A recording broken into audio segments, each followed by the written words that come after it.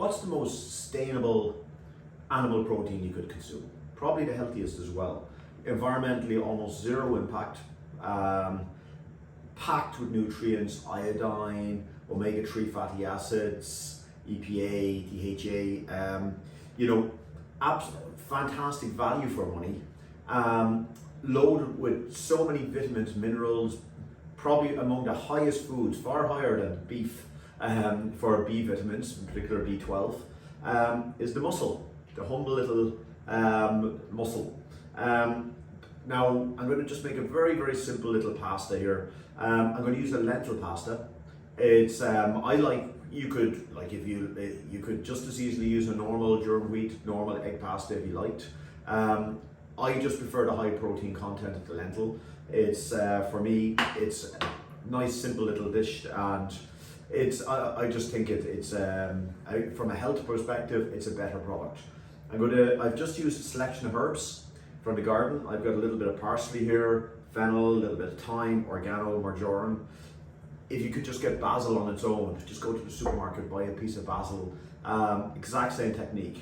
A couple of teaspoons of pine nuts. You don't need very many of them. They're very expensive, in fairness.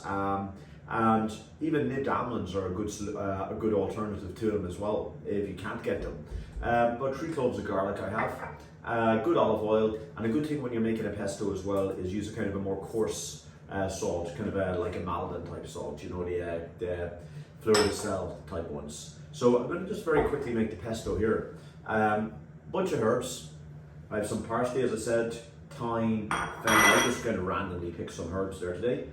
And I'm going to add about a teaspoon, if even, about a half a teaspoon of the coarse salt into my mortar and pestle. I'm going to roughly chop these up, because obviously that'll crush but it won't cut. Take your time on it. Cut them nicely. Oh, and I have a few chives in here as well, actually. Roughly chop them all up.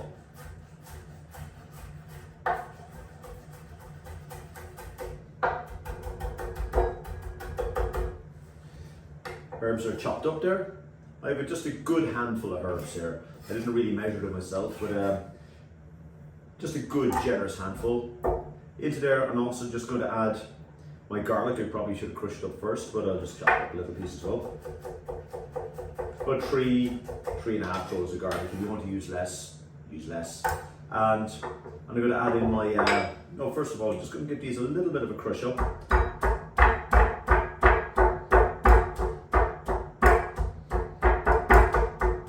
Just going to crush away there for a few minutes just to bring out those oils. You could again use a liquidizer or hand blender or something for this. I just find that the oils are released from the herbs an awful lot better when you do it the old-fashioned mortar and pestle.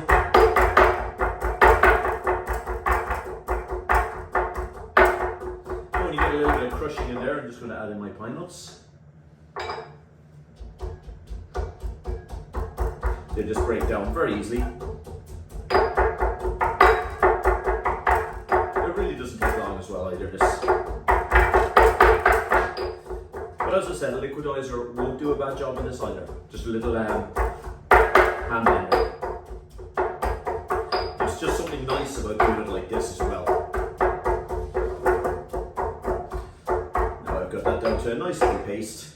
And now into that I'm going to add about 30 ml of olive oil. And that's going to be my base sauce for my pasta.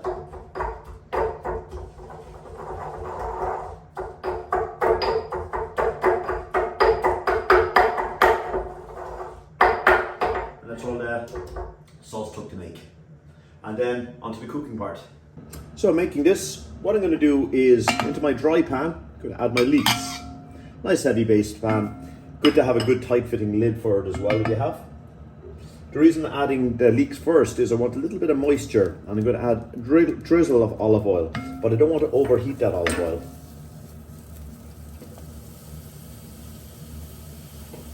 I try to protect those nice oils and everything. So I like to use a little drop of water in this as well now. just to render down those leeks and protect those nutrients. Again, when you start to fry foods, you do lose the nutrients quite quickly. So adding water in retains flavor, and for me, it's the secret. It's the true secret ingredient of good, fresh, healthy food. It's just simply water. Lid on that, good high heat, and let it cook just for a few minutes there, just to kind of soften up those leeks. So literally after waiting about a minute, that's just been cooking away with the lid on. And just to show you the pesto here very quickly as well, that I'd made just previously. Nice little simple puree, and the mortar and pestle, it just tends to draw out the oils within the herbs a lot better than I find out with a liquidizer, and you always get a much better flavour. So anyhow, there's my leeks. A pinch of salt in there. I'm just going to add a pinch of pepper as well. Be cautious with the seasoning, because don't forget you did use a little bit of salt when making the pesto, so you don't want to over season this. And also the mussels are very flavourful seafood as well. One of the most flavourful, to be quite honest. So, into this next, I'm going to add my mussels. Now I've pre-cooked my mussels. I've taken most of them out of the shell, but I just kept a few back in the shell, just for presentation. So I have about 180 grams of mussels there. I had cooked them, just slightly steamed them, drained them off, and deshelled them. Just put them into a pot with tight-fitting lid. Put about a half a cup of water into the bottom of the pot. Steam them at a high heat until they all open, and then allow them to cool a little bit, and then pull them out of the shell, just keeping a few of them back. Next up into this, I'm going to add my pasta. Again, you could use any kind of pasta here. There's great vegetable pastas I find out there, but for me, I like these lentil pastas. I like the protein content of them. I find them very easy to digest. They're very pleasant to eat. But I suppose there's a number of Italians out there who'd be a little bit horrified at that. But gluten and high gluten flours don't agree with everybody, unfortunately. So anyway, that's the basis of it.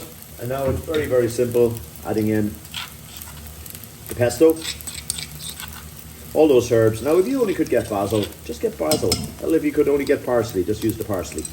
But obviously the more different herbs you get in there, the more complex and more interesting this whole dish will taste. Now into that I'm just going to add a little drizzle more, about 30 ml of olive oil there.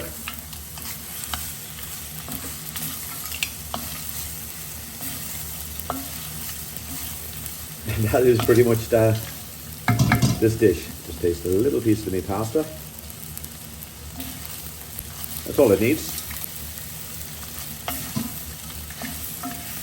And if you just serve that with a couple of lemon wedges, that's it. Very high protein pasta packed with omega-3 fatty acids,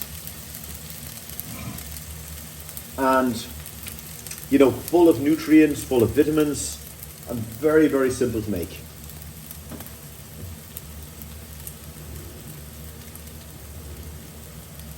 Just bring that a little bit closer there so you can have a look.